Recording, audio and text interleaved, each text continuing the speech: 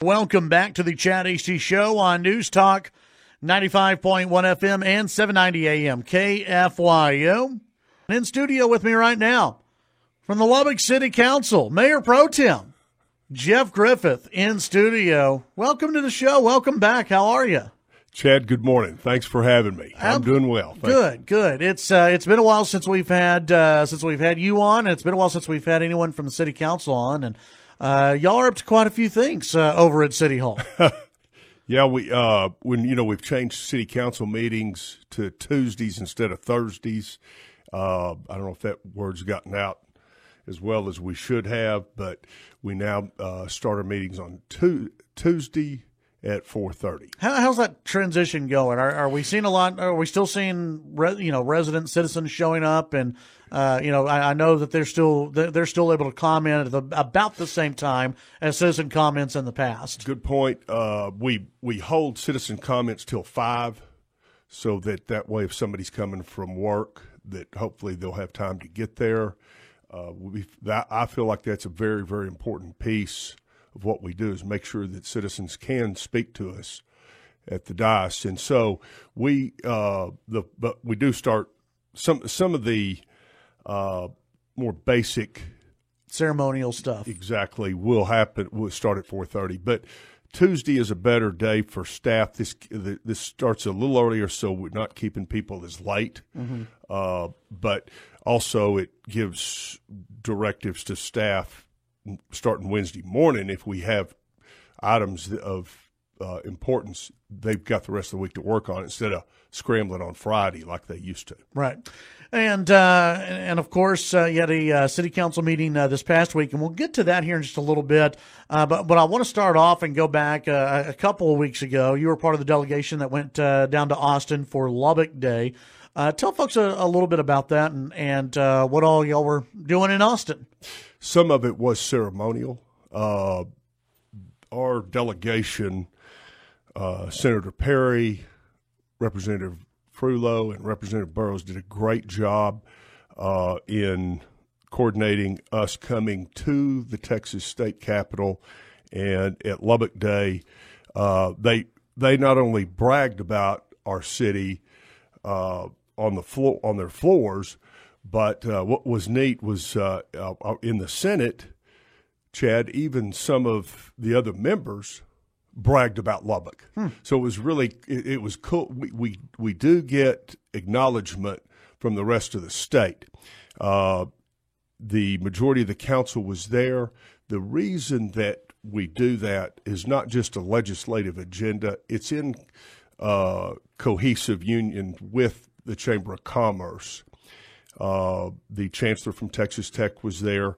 We met with several legislators, of course, over the course. I was there really 24 hours, but we meet with a lot of folks that Speaker Bonin met with us. We are highly engaged in several initiatives that matter to Lubbock, that our legislators are very attuned to, and I appreciate what they're doing. What were some of the main issues that either you or I guess the delegation brought up? Well, a lot of people, first and foremost, of course, and we may want to talk about this independently, is the property tax reform. And I think that, that needs to happen, and we're hoping that it is. We are concerned that we want it to be in our parameters. Here's the deal. That has to be a well thought out plan, and let our legislators do their job, because obviously with school finance, and I'll be the first to admit I don't know that much about school finance, but how that plays into it, because really property tax for the city of Lubbock on your tax bill is, depending on what school district you might be in, it's 24% of your tax bill. But we understand the need for property tax reform, and of course, school finance being a huge part of that. So I'm anxious for them to come together on that. I know you've had a lot of discussions with a lot of bright minds about this and how it's going down there. But, here's another issue that we're dealing with. We've had an issue on North I-27 that is an old shingle tire dump. Mm-hmm. Caught fire once. This has been going on for decades, and it's really not in the city limits. It borders up against it, kind of west of the airport across I-27. It's really a bad area. Our legislators are doing a great job. We're in talks with TCEQ about cleanup of that property, and it's a big number. And TCEQ licensed an operator to work that as a recycle area, and so we're hopeful that they will come to the table and help us with the cleanup of that property. Is that something the city's looking at cleaning up, or is it the city, county, state? Is it how many I guess groups are going to be involved in that cleanup? Well, great question. And Senator Perry and Representative Burrows and Representative Frulo all understand this and have carried weight for us and helped us already down there to wave the flag and get the attention of TCEQ. But the county is on board because it's really in the county, but it borders the city. Right. And that plight as you come into the airport is pretty bad. But it really needs this is, again, multi-decades old problem that needs to be we feel like it's a state issue. Is that an area that would be annexed in the future or possibly annexed in the future? Not necessarily. It could be, but I don't see this council being proactive on annexing unless you have a developer come and say, please, I want to be annexed. Right. Yeah. Let's go back real quick to HB2 because and you brought this up as well, that a lot of people were talking about HB2, SB2, it's property tax reform bill. The mayor signed off on a letter that was signed off by a lot of other mayors as well, coalition of mayors, supporting property tax reform, but not at the 2.5% level. What are your thoughts on the 2.5% trigger that's currently being discussed in the House and in the Senate? Is that too low? Is it workable for the city of Lubbock? How do you look at that? It's a great question because there's so many dynamics to it. It's really just hard to say, I'm for this number or against this number. And I'm not going to try to avoid your question. I will tell you that it sounds like, and I know you had Mr. Ramsey on recently, and he said it might be in the neighborhood of 5, and that may be if that's where it goes. I don't know.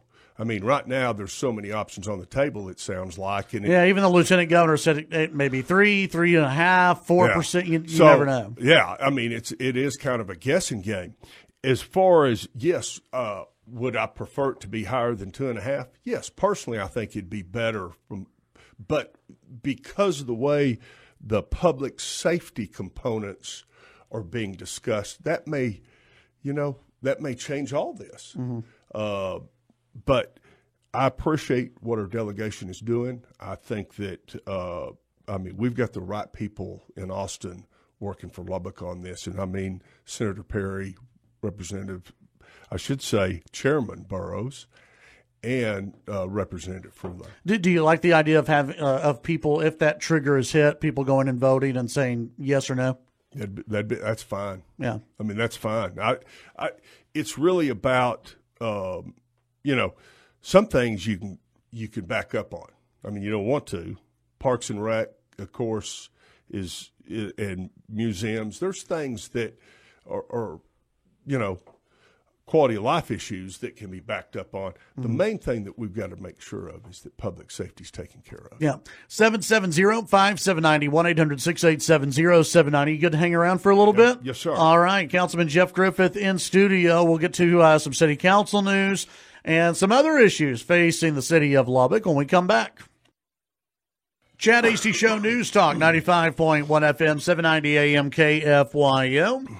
We've got Councilman Jeff Griffith in studio. Let's kind of look ahead at the Lubbock City Council meeting, or I guess look back at the Lubbock City Council meeting. There were a few things of interest, and I want to start off with, and I don't think y'all addressed it in the council meeting, but it was a work session item, and that's the Airbnb and short-term rental issue going on in Lubbock. Talk about that a little bit. Give us some background. Thanks for bringing it up, Chad. That actually is of interest. We've had some of the council members have received calls about short-term rentals. That I'll just use the term Airbnb because most people understand it from that angle, but being in neighborhoods and being problematic. So knowing that other cities have taken action on this as far as regulation, we just wanted a work session from staff to see what other cities have done and, in my opinion, more importantly, where it's headed in Austin, speaking of at the state legislature session, because there's some bills already filed to address this. Right. And so you hate for the city to spend time and get out in front of this when the state may take care of it for us because they'll preempt anything we put in place. Yeah. And which I'm fine with. It's just that we needed knowledge about what is going on. By the way, that day, Chad, I looked to check, and there was a 280 available Airbnbs Tuesday in Lubbock. Yeah, and Leslie, I heard from a listener yesterday who said that he has two friends who do Airbnb. They have Airbnb, I guess, homes here.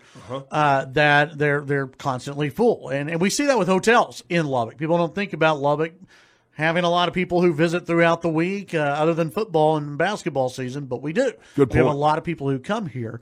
So obviously Airbnb right now, and I think it's something that y'all have been thinking about for a while. You want to see what the state's going to do.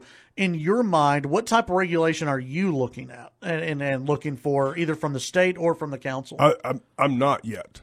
Okay. I really am not yet because, and you know, in my district, I have Tech Terrace, and there's a lot of those Airbnbs in Tech Terrace. Yeah. I understand both sides of the fence. To your point about your listener's call, let's cut to the chase. They're not going away.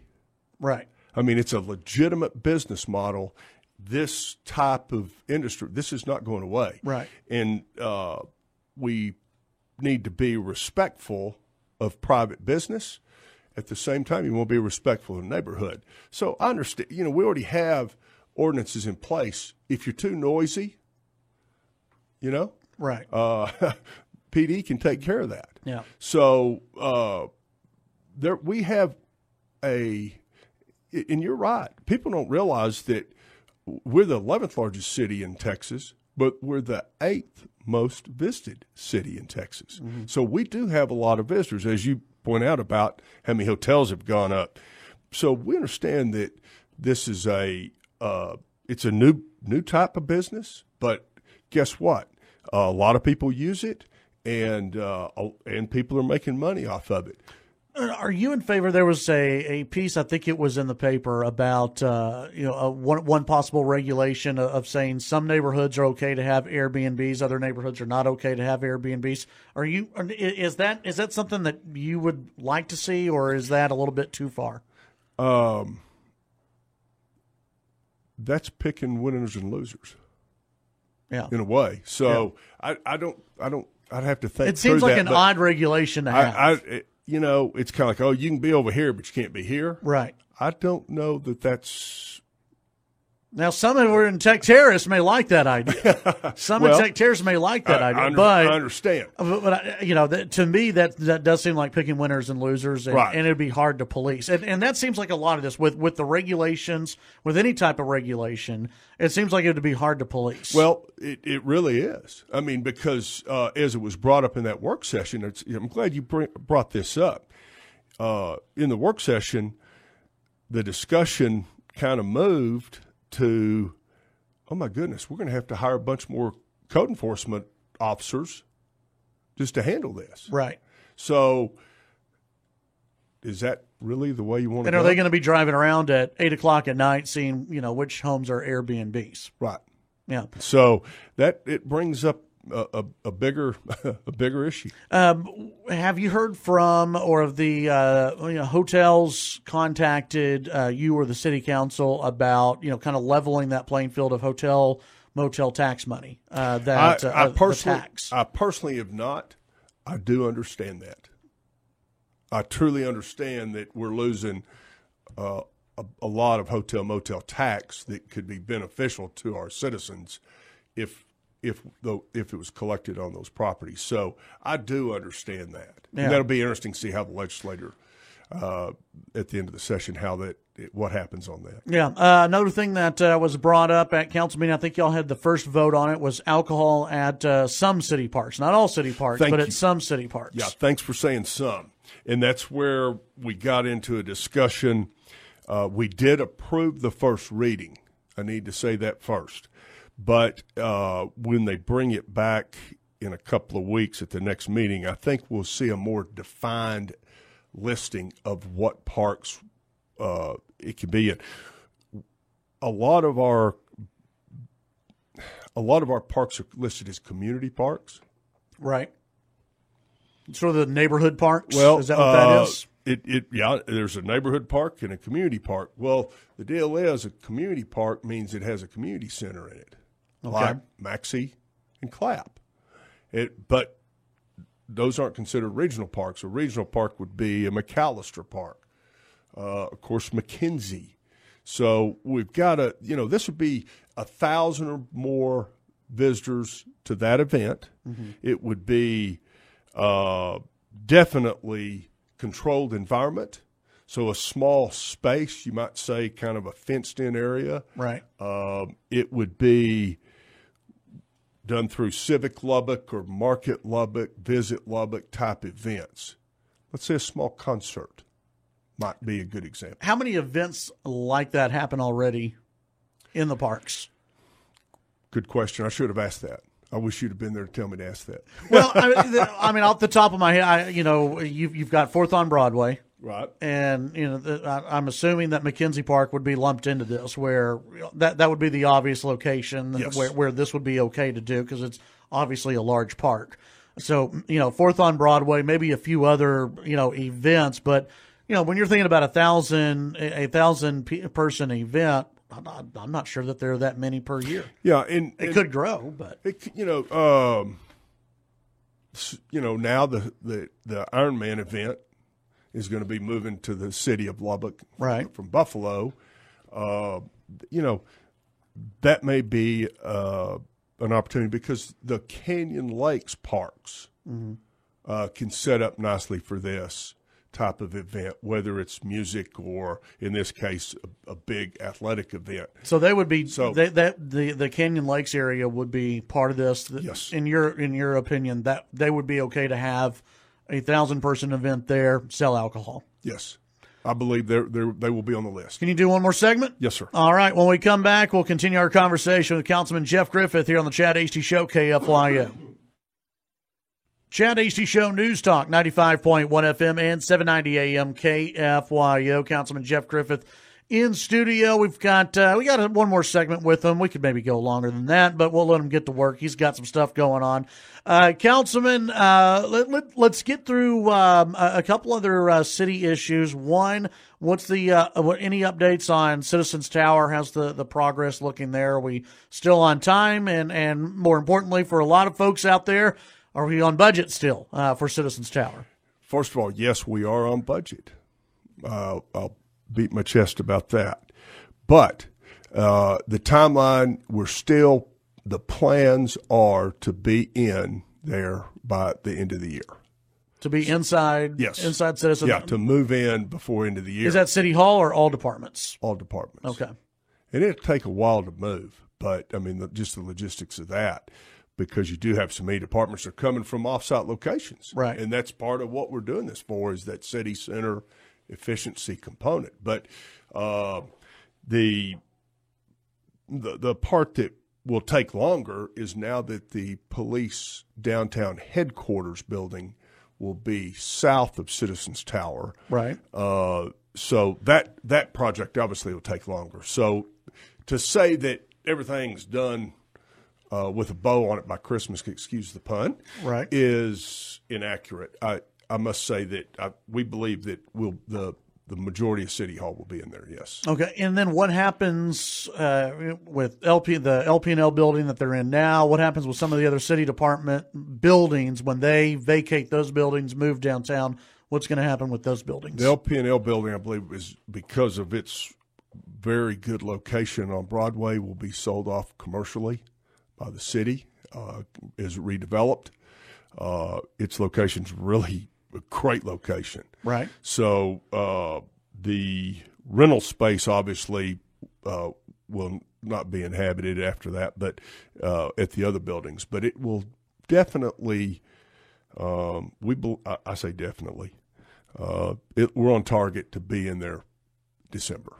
When it comes to the Expo Center, I know that's kind of a county issue, but since the news that they may be coming up a little bit short on money because of hotel motel tax, the expected hotel motel tax revenue, they may be coming up a little bit short. Has there been any discussion between county and city about anything with the Expo Center? No. Do you anticipate that? I really don't. I think that I appreciate what has gone on with the Expo Center and the initiative behind it. Obviously, it was voted heavily for the need for this. I understand the county dilemma with respect to the county commissioners court and the work they do.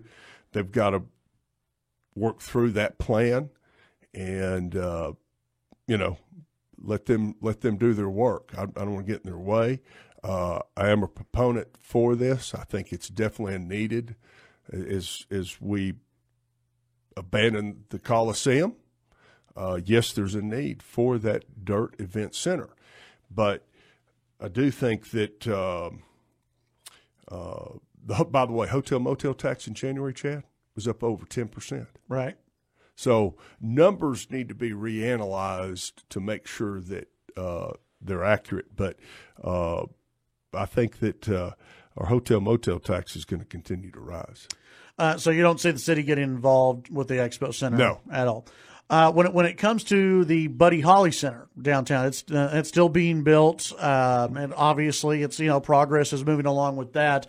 There have been on and off news stories about the progress of Buddy Holly Hall and that they don't have all the money raised yet. That they're short. I can't remember the exact dollar amount, but they're short on money.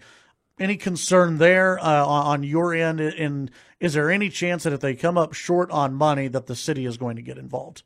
I don't believe so. I'm one of 7, but no, I do not think so.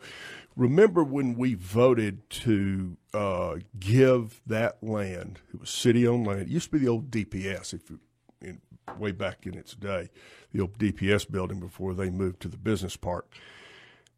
The city-owned land there that was given to Buddy Holly Hall, to the LIPA entity,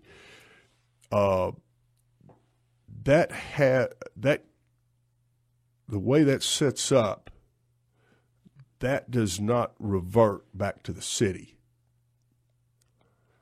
In previous contracts where land has been gifted, there's been reversionary clause where the city gets control back of it.